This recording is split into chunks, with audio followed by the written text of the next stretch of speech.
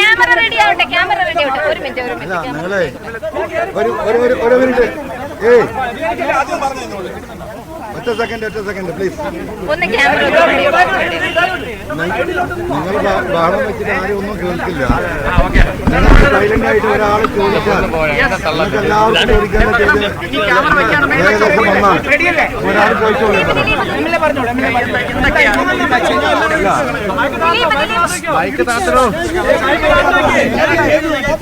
അപ്പോ ബഹുമാനപ്പെട്ട ഇന്നലെ നടത്തിയ പത്രസമ്മേളനം നിങ്ങൾക്കറിയാം.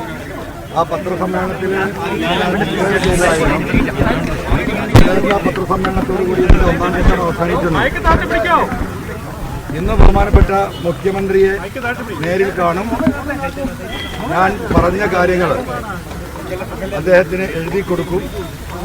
ഈ കാര്യങ്ങളെക്കുറിച്ച് അദ്ദേഹത്തോട് വിശദീകരിക്കും എന്ന് തീർത്ത് പറഞ്ഞായിരുന്നു. അതിനുശേഷമേ ഇനി പത്രക്കാരെ സംസാരമുള്ളൂ എന്ന് ഇന്നലെ വിളിച്ച എല്ലാ പത്രക്കാരോടും പറഞ്ഞു.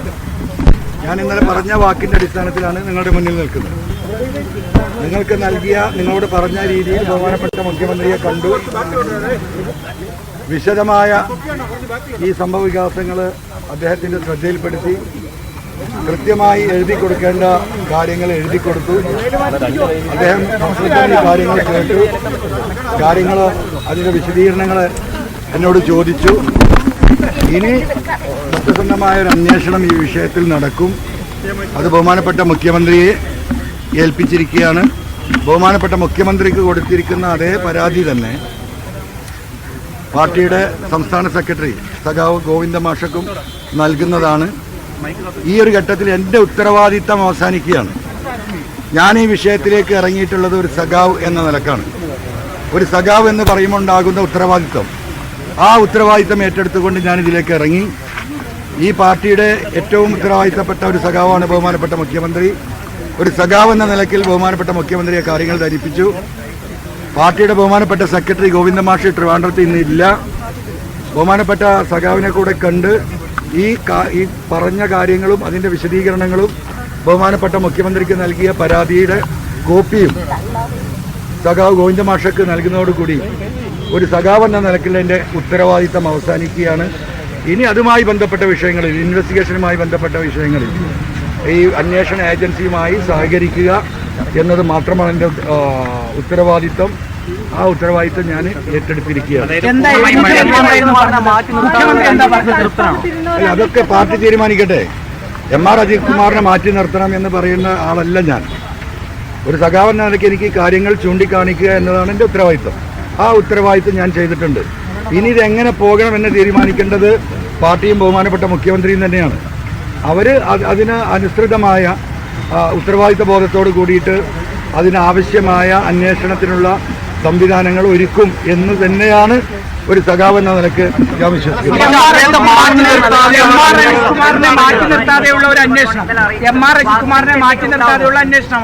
അല്ല, അത് ഞാൻ പറഞ്ഞല്ലോ, ആരെ മാറ്റി നിർത്തേണ്ട എന്നതൊക്കെ ഈ പറയുന്ന ബഹുമാനപ്പെട്ട മുഖ്യമന്ത്രിയും ഈ പറയുന്ന പാർട്ടി സംവിധാനവും ഒക്കെ ആലോചിക്കട്ടെ. ഞാൻ ഇപ്പോൾ കൊടുത്തിട്ടല്ലേ ഉള്ളൂ. ബഹുമാനപ്പെട്ട മുഖ്യമന്ത്രിക്ക് ആ സാധനം കൊടുത്തിട്ട് ഞാൻ അരമണിക്കൂറായോ? ഇപ്പൊ തന്നെ ഇവരെ മാറ്റണം അവരെ മാറ്റണം എന്ന് എന്തടിസ്ഥാനത്തിലാണ് ഞാൻ പറയുന്നത്? അവിടെ തുടരുമ്പോൾ സത്യം തെളിയുമോ? അല്ല, അതൊക്കെ നമുക്ക് വെയിറ്റ് ആൻഡ് സീ. അദ്ദേഹത്തിന്റെ കീഴുദ്യോഗസ്ഥരാണ്. അന്വേഷണം നടത്തിയിട്ട് എന്താണ് കാര്യം? അല്ല, ഞാൻ അതിനെക്കുറിച്ചൊന്നും ഇപ്പൊ വിശദീകരിക്കുന്നില്ല. ഞാൻ പറഞ്ഞല്ലോ, എൻ്റെ നയം ഈ കാര്യത്തിൽ വ്യക്തമാണ്.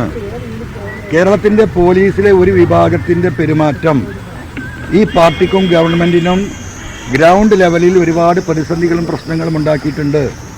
പോലീസ് എടുക്കേണ്ട നിലപാടും പ്രവർത്തന രീതിയുമല്ല പല പോലീസ് ഓഫീസർമാരുടെ ഇടയിൽ നിന്നും ജനങ്ങൾക്കുണ്ടായിട്ടുള്ളത്. ഇത്തരം കാര്യങ്ങളാണ് ഞാൻ ചൂണ്ടിക്കാണിച്ചിട്ടുള്ളത്. ഈ പോലീസിലുള്ള പുഴുക്കുത്തുകൾ, അഴിമതി, അതും ഞാൻ ചൂണ്ടിക്കാണിച്ചിട്ടുണ്ട്. ഈ കാര്യത്തിലൊക്കെ തീരുമാനമെടുക്കേണ്ടത് ബഹുമാനപ്പെട്ട മുഖ്യമന്ത്രിയും പാർട്ടിയുമാണ്. ഇതൊരു കമ്മ്യൂണിസ്റ്റ് ഗവൺമെൻറ്റാണ്. ഒരു മിനിറ്റ്, ആ കമ്മ്യൂണിസ്റ്റ് ഗവൺമെന്റിന് അറിയാം ജനങ്ങളുടെ വികാരം. ഇന്നത്തെ കൂടിക്കാഴ്ചയോടുകൂടി താങ്കൾ ഉന്നയിച്ച വിഷയങ്ങൾ കൃത്യമായി പരിഗണിക്കും എന്നുള്ളത് തന്നെയാണ്. തീർച്ചയായിട്ടും അത് പരിഗണിക്കേണ്ടി വരുമല്ലോ. ഞാൻ എൻ്റെ വിഷയമല്ലല്ലോ പറഞ്ഞത്, ഈ നാട്ടിലെ ജനങ്ങൾ അഭിമുഖീകരിക്കുന്ന വിഷയമാണ് സൂചിപ്പിച്ചിട്ടുള്ളത്.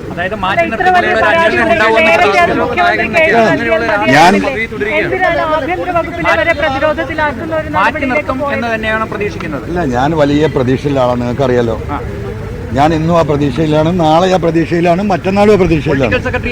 അല്ല, അതൊന്നും എനിക്കറിയാം, അതിന്റെ നാളല്ല ഞാൻ. താങ്കളുടെ പിറകിൽ ആരാണ് എന്നുള്ളതാണ്. അതിൽ സമൂഹത്തോട് എന്താ പറയാനുള്ളത്? അതിൽ എന്റെ നെഞ്ചിൽ കൈവച്ച് എന്റെ ദൈവത്തിനെ സാക്ഷിയാക്കി പറയാം, എന്റെ പിറകിൽ ഈ വിഷയത്തിലുള്ളത് സർവശക്തനായ ദൈവം മാത്രമാണ്. ദൈവം മാത്രമാണ്.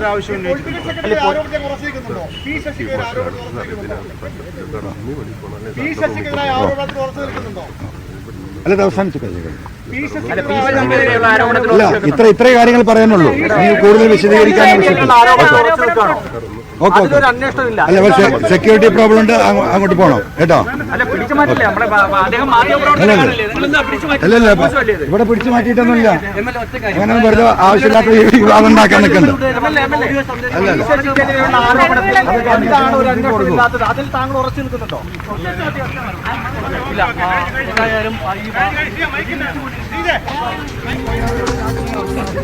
മുഖ്യമന്ത്രിയുമായുള്ള കൂടിക്കാഴ്ചയ്ക്ക് ശേഷം പി.വി. അൻവറിന്റെ ആദ്യ പ്രതികരണം വന്നിരിക്കുകയാണ്. സത്യസന്ധമായ അന്വേഷണം നടക്കും. മുഖ്യമന്ത്രിക്ക് തെളിവുകളും പരാതിയും കൈമാറി. ഇതേ പരാതിയും തെളിവുകളും തന്നെ പാർട്ടി സെക്രട്ടറി എം.വി. ഗോവിന്ദനും നൽകും. അദ്ദേഹം പക്ഷേ ഇന്ന് തിരുവനന്തപുരത്തില്ല. അദ്ദേഹത്തെ കണ്ട് ഈ പരാതിയും തെളിവുകളും നൽകും. സത്യസന്ധമായ അന്വേഷണം നടക്കും.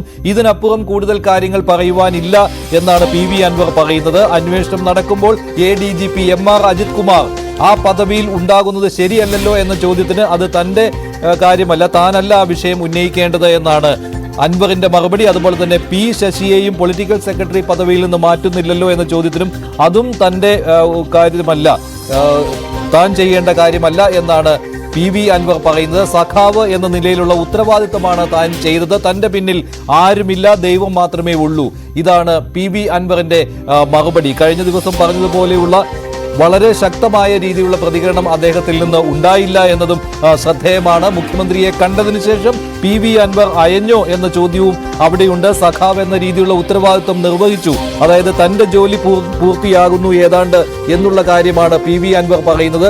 P. ശശിയെ കുറിച്ചുള്ള ചോദ്യത്തിനും അദ്ദേഹം പ്രതികരിക്കുവാൻ തയ്യാറായിട്ടില്ല. MR അജിത് കുമാറിനെ മാറ്റണോ എന്ന കാര്യത്തിലും അദ്ദേഹത്തിന്റെ പ്രതികരണം ഉണ്ടായിട്ടില്ല. മുഖ്യമന്ത്രിയെ കണ്ടതിന് ശേഷമുള്ള പി.വി. അൻവറിന്റെ പ്രതികരണമാണ്. ചുരുങ്ങിയ വാക്കുകളിലാണ് അദ്ദേഹം സംസാരിച്ചത്. സെക്യൂരിറ്റി പ്രശ്നമുള്ളത് കൊണ്ട് MLA ഹോസ്റ്റലിന് സമീപത്ത് നിന്ന് മാറേണ്ട ഒരു സാഹചര്യം ഉണ്ടായിരുന്നു. അതിനാൽ തന്നെ മാധ്യമങ്ങളെ കണ്ട് ഏറെ നേരം മാധ്യമങ്ങളോട് സംസാരിക്കുവാൻ അദ്ദേഹത്തിന് കഴിഞ്ഞതുമില്ല. നിർണായകമായ കാര്യങ്ങളാണ് സംഭവിച്ചുകൊണ്ടിരിക്കുന്നത്.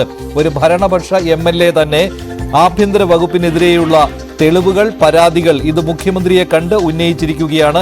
ഇതിലിപ്പോൾ ഒരു അന്വേഷണം പ്രഖ്യാപിച്ചിട്ടുണ്ട്.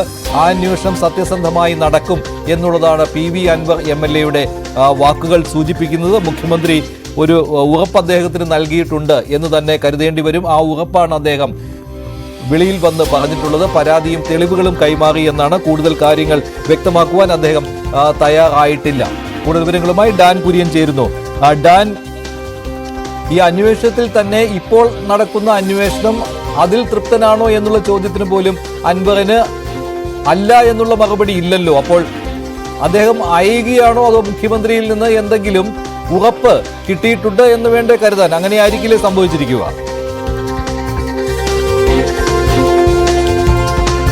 ഒരുപക്ഷെ ഇത്രയും വലിയ ആക്ഷേപങ്ങൾ, ഗുരുതരമായ ആരോപണങ്ങൾ ഉന്നയിച്ചുകൊണ്ട് സർക്കാരിനെയും അക്ഷരാർത്ഥത്തിൽ മുഖ്യമന്ത്രിയുടെ ഓഫീസിനെയും പോലീസിനെയും മുഴുവൻ പ്രതിരോധത്തിലാക്കിയ പി.വി. അൻവർ MLA ആണ്.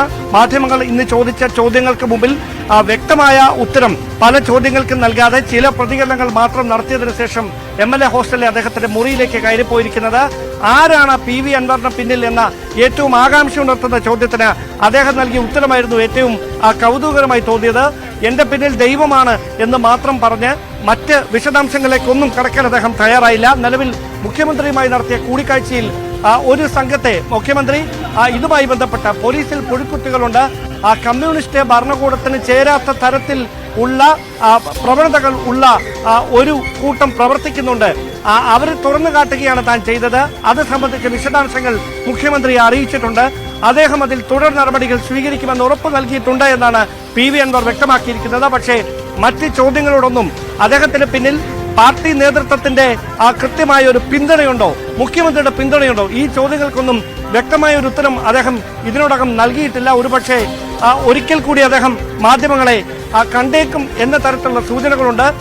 MLA ഹോസ്റ്റലിന്റെ ഉള്ളിൽ അദ്ദേഹം സംസാരിച്ച സ്ഥലത്ത് നിന്ന് മാധ്യമങ്ങൾക്ക് സംസാരിക്കാൻ അനുവാദമില്ലാത്ത ഒരു ഏരിയയാണ്. അവിടെ നിന്നാണ് അദ്ദേഹം മാധ്യമങ്ങളോട് അല്പസമയം മുമ്പ് പ്രതികരിച്ചിരിക്കുന്നത്. അതുകൊണ്ട് കൂടുതൽ സമയം അവിടെ ചെലവഴിക്കുന്നതിന് നിയമപരമായ പരിമിതികളുണ്ട്. അതുകൊണ്ടാണ് മുഴുവൻ മാധ്യമ പ്രവർത്തകരെയും ഇപ്പോൾ ഈ വലിയ തിരക്കുണ്ടായിരുന്ന ഈ സ്ഥലം ഇപ്പോൾ ഒഴിഞ്ഞിരിക്കുകയാണ്. ഇവിടെ ആർക്കും നിൽക്കാനുള്ള അനുവാദമില്ല. മുഴുവൻ മാധ്യമ പ്രവർത്തകരെയും അവിടെ നിന്ന് മാറ്റിയിരിക്കുന്നു. അവിടെ കൃത്യമായ ഗേറ്റ് ക്ലോസ് ചെയ്തിരിക്കുകയാണ്. ഒരുപക്ഷെ അദ്ദേഹം ഇനി പുറത്തേക്ക് വരികയോ അല്ലെങ്കിൽ മറ്റേതെങ്കിലും സ്ഥലത്ത് വെച്ച് മാധ്യമങ്ങളെ കാണാൻ തയ്യാറാവുകയോ ചെയ്യാനുള്ള സാധ്യത നമുക്ക് തള്ളിക്കളയാനാകില്ല. എന്തായാലും അരമണിക്കൂർ നീണ്ട കൂടിക്കാഴ്ചയ്ക്ക് ശേഷമാണ് PV കൂടുതൽ കാര്യങ്ങൾ